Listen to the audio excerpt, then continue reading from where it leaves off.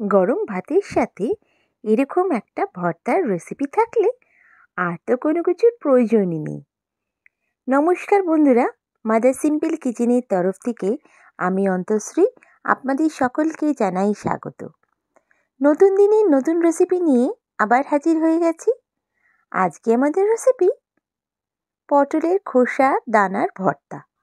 হ্যাঁ বন্ধুরা, যে জিনিসগুলো আমরা ফেলে দিয়ে থাকি সেই জিনিস দিয়ে আজকে এই ভর্তার রেসিপি আমি তৈরি করেছি, যা খেতে হয় অতুলনীয়। একবার এইভাবে খেলে পরে আর অন্য কিছু আপনাকে খেতে ইচ্ছেই করবে না। চলুন বন্ধুরা, দেখে নেওয়া যাক কী করে করছি আমি এই ভর্তা। এর জন্য দরকার আমার পটলের খোসা বা দানা। যখন আমরা কোনো পটলের ভালো রেসিপি করি, এই দানাগুলো আমরা কিন্তু ইউজুয়ালি ফেলে দিয়ে থাকি, বা কোনো পটল পেকে গিয়ে থাকলেও দানাগুলো আমরা ফেলে দিয়ে থাকি। দেখুন, এই ভেতরের যে অংশটা ও পটলের যে বাকলাটা, সেটা নিয়ে আমি করছি। আর এখানে রসুন নিয়েছি 20টা মতন, আর কাঁচা লঙ্কা ঝাল অনুযায়ী। এই সব জিনিসগুলোকে আমি এখানে একটা ব্লেন্ডারের মধ্যে ব্লেন্ড করে নিচ্ছি।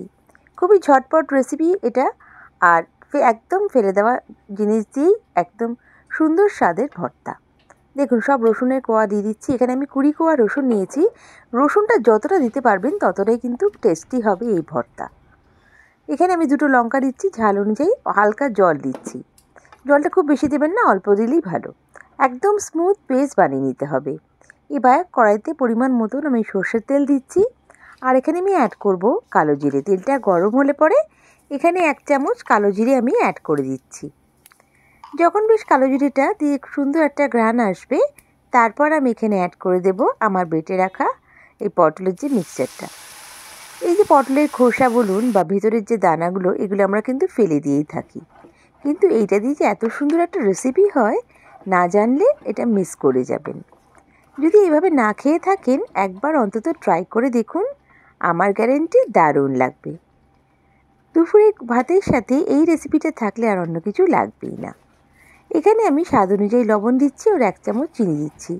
চিনিটা দিলে কিন্তু রেসিপিটা খুব ভালো লাগবে, যেহেতু এই রেসিপিটাতে যেহেতু একটু মিষ্টি মিষ্টি দিলেই ভালো লাগে। তবে আপনারা যদি মিষ্টিটা অ্যাভয়েড করতে চান, তাহলে এটা স্কিপ করতে পারেন। এবার ভালো করে আমার কষাতে হবে, মেনলি কিন্তু এটা কষানো।